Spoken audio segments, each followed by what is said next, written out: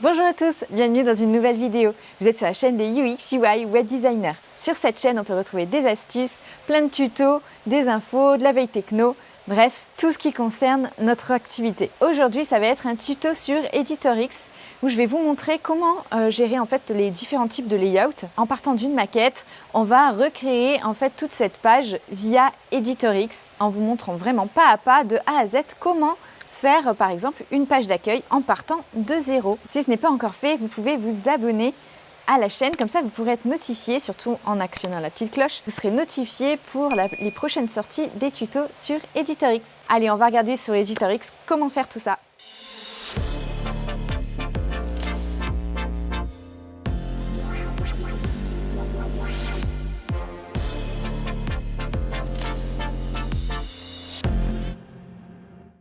Alors du coup, nous allons partir de cette maquette faite sous Figma. Et on va reproduire ça du coup sous Editorix avec les différentes sections. On commence par un template vierge, donc ici, modifié. Je vous invite à aller voir la vidéo précédente d'introduction où je parlais vraiment de toutes les fonctionnalités d'Editorix. Dans cet exemple, au niveau du header, on va partir sur vraiment quelque chose de spécifique puisque ce sera par-dessus notre section. Donc là, je ne vais pas me servir de l'entête qu'il y a de base, donc supprimer. Et je vais partir de cette section-là pour pouvoir faire notre partie, notre section Hero. Pour ça, on va faire ajouter un élément. Ce que je voudrais faire, c'est rajouter une image. On fait changer l'image et à partir de là, on va importer toutes les images de la maquette. Importer et on récupère donc toutes les images, tous les logos, tout ce que l'on veut mettre, tout ce qui est issu de la maquette. On sélectionne notre image pour le fond. Mettre à jour, ça met bien à jour. On veut que ce soit que ça prenne vraiment tout le fond de notre section. Donc il y a cet élément-là étiré. Là, ça prend vraiment toute notre section. Maintenant, on va rajouter un container pour notre partie header. Donc ajout rapide, container. On rajoute un container qui va faire une largeur de 100%, sans couleur de fond. Donc ici, design. On va mettre l'opacité à 0. Au niveau de la mise en page, on va le mettre tout en haut, calé à gauche. Et à l'intérieur, nous allons mettre notre logo. Donc on va dans Média, en voir plus, et on va récupérer notre logo. Logo qui est au format SVG. On le met bien sûr dans ce container-ci. On va ouvrir les calques. Dans les calques, on va pouvoir renommer nos éléments. Donc ici, double-clic, logo. Le container, ça va être notre header. Et la section, c'est notre hero. À l'intérieur, il ne reste plus qu'à rajouter le menu. Menu. Et là, ce qui s'en rapproche le plus, c'est celui-ci. Donc, menu. Hop, on le met dans notre container. Calé à droite, centré en hauteur dans le bloc. De part et d'autre, on regarde au niveau de Figma. Et on avait 64 de part et d'autre. Donc, on va rajouter un ancrage à droite de 64 pixels. 64 pixels. De même pour le logo. Pour gérer le menu, nous allons rajouter des pages. La fonctionnalité page, ajouter une nouvelle page. Et là, on rajoute nos 3 pages. Voyager, s'expatrier, contact. Ok, on retourne sur la home, sur la page accueil. On clique sur notre menu, gérer le menu. Ajouter un nouvel élément. Et là, il s'agit de page du site. Et on sélectionne les bonnes pages. Et je ne veux pas que la home apparaisse. Appliquer. Pour gérer tout l'esthétique, ça se passe dans la colonne de droite. Donc la colonne paramètres avec design ici. Pour changer la couleur du texte, on va sur T pour texte. Couleur, on met blanc. Le type de fonte, Poppin Extra Light. Je vais vous montrer comment changer un style. Là, ici, nous avons la police Born Legislated. Born Legislated. Et là, on fait ajouter des éléments, texte. Et là, on retrouve notre titre. Quand on double-clique dessus, on va pouvoir jouer sur les paramètres via cette fenêtre. Alors, un petit point qui pourrait être à améliorer, c'est juste cette icône-là. Parce que, en tout cas, pour le coup, j'avais du mal à trouver où je pouvais changer la couleur du texte.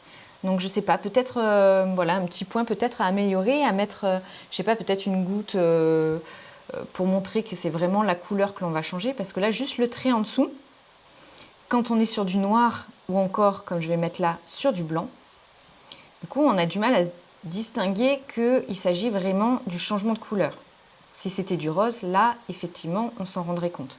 Donc pour ça, par rapport à d'autres exemples qu'il y a par exemple ici, Là, la petite goutte, pour la couleur, là, on comprend bien que c'est une goutte de peinture et on sera plus à même de se dire que s'il y a un A pour le texte et puis une goutte de peinture à côté, peut-être que ça pourrait aider. Donc, je vais mettre blanc pour la couleur de texte. Sinon, tout le reste, très pratique. Donc, on centre, on change l'intitulé.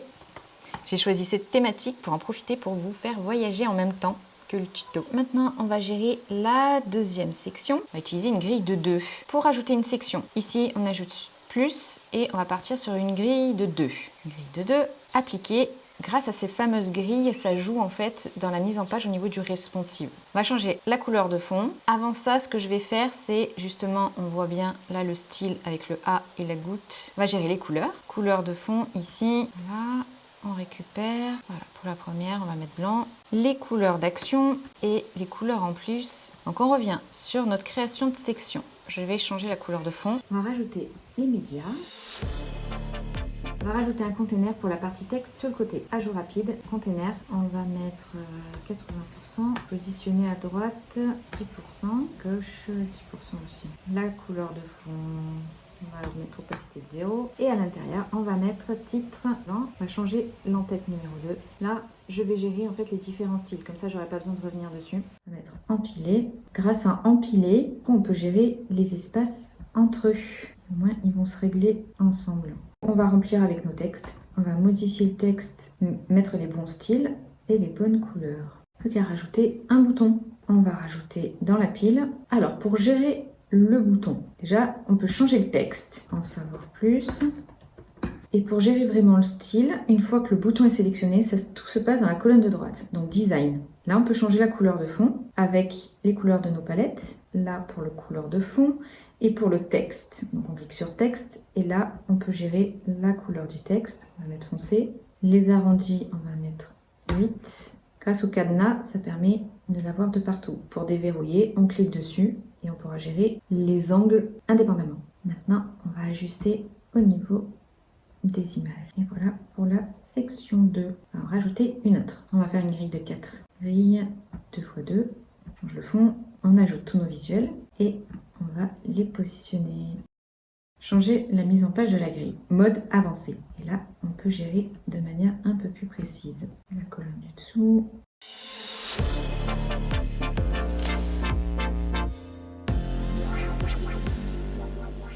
Maintenant qu'on a fini d'ajuster les images, on va pouvoir mettre notre texte. On va ajuster notre texte.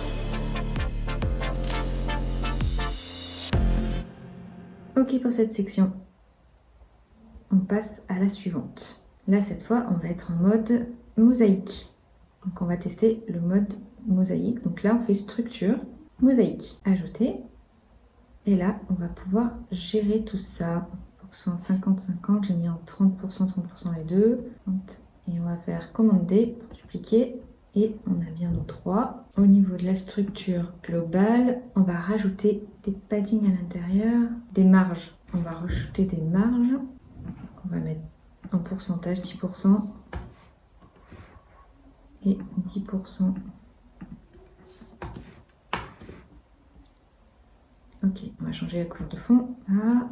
Et surtout, on va enlever tous les paddings qu'il y a à l'intérieur, toutes les petites marges. Donc 0, 0. Ok, on a nos différents blocs. Je sélectionne celui-ci, je voudrais mettre une image dedans. Étirer. Voilà pour les images. Maintenant, celle-ci, elle aura une couleur particulière. Donc, c'est notre ajout de couleur, le fameux. Et les autres, elles sont de couleur blanche. On va maintenant ajouter les textes à l'intérieur. Allez, on va copier cette structure. Même avec le container, on met les bonnes couleurs. On modifie les textes. Et là, au niveau de cette pile, je veux qu'il soit centré. Donc, on clique ici au niveau de l'ancrage, que le bloc soit aligné en haut et en bas, de manière verticale et horizontale. De même ici, on enlève les marges qui se sont mises automatiquement. Et là, on est bon. De même pour ce bloc texte.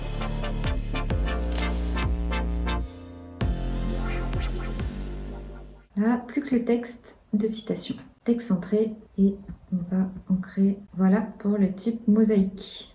Allez, plus que le footer avec un petit bord, avec un ajout d'une petite ligne. Alors, le footer, on va rajouter rajouter une grille de 4. Changer le fond, ajouter le logo. Allez, mode avancé pour pouvoir augmenter la hauteur. La fameuse ligne. Pour la ligne, je vais juste rajouter une section. Allez, on gère le fond, on rajoute le border. Et on gère la hauteur. On va rajouter un bouton avec icône. Donc là, bouton stylisé. On va le mettre tout à gauche. Et on va gérer le changement de texte et d'icône. Déplacer la fenêtre. On va mettre mail. Changement des couleurs. Et là, ce qui est bien au niveau de ce bouton stylisé, c'est qu'on peut gérer les textes, bordure. Donc il y a tout qui est là, bordure. Gérer les angles. Et le cadenas, on va laisser verrouiller parce que je veux 8 pixels de partout. Au niveau du texte, couleur, d'ailleurs au niveau des icônes, le fait d'avoir le A avec la petite goutte, on comprend bien que c'est la couleur du texte. Là, on va mettre foncé et surtout, on aimerait que ce soit des lettres capitales. Là, c'est bon. Pour changer notre texte, donc en contactez-nous. Okay. On aimerait que le bouton soit quand même assez grand pour lire le texte complet. Et on aimerait que l'icône soit au-dessus. Mise en page. Mise en page. Et là, on voit qu'il y a les positions de texte et icône. Là, c'est bon. Avec les simulations, là. Du coup, on se rend bien compte. Les alignements, les espaces entre l'icône et le texte, et ainsi que les marges intérieures. Enfin, plutôt les paddings, du coup. Au niveau des paddings, 20, 20, 16, 16. Et surtout l'icône au-dessus. Et on va régler la taille de l'icône. Ici, on avait 48.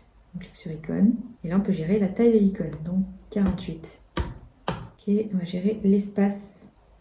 On va augmenter. Maintenant, on va compléter avec les informations téléphone et adresse. On va créer des containers. Ajout rapide, container. Sans fond, bien sûr. Donc, 0 au niveau opacité. Et on va ajouter un icône. C'était 48.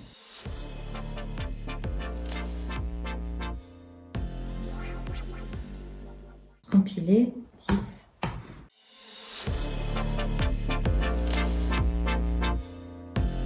Non, on va voir ce que ça donne aperçu.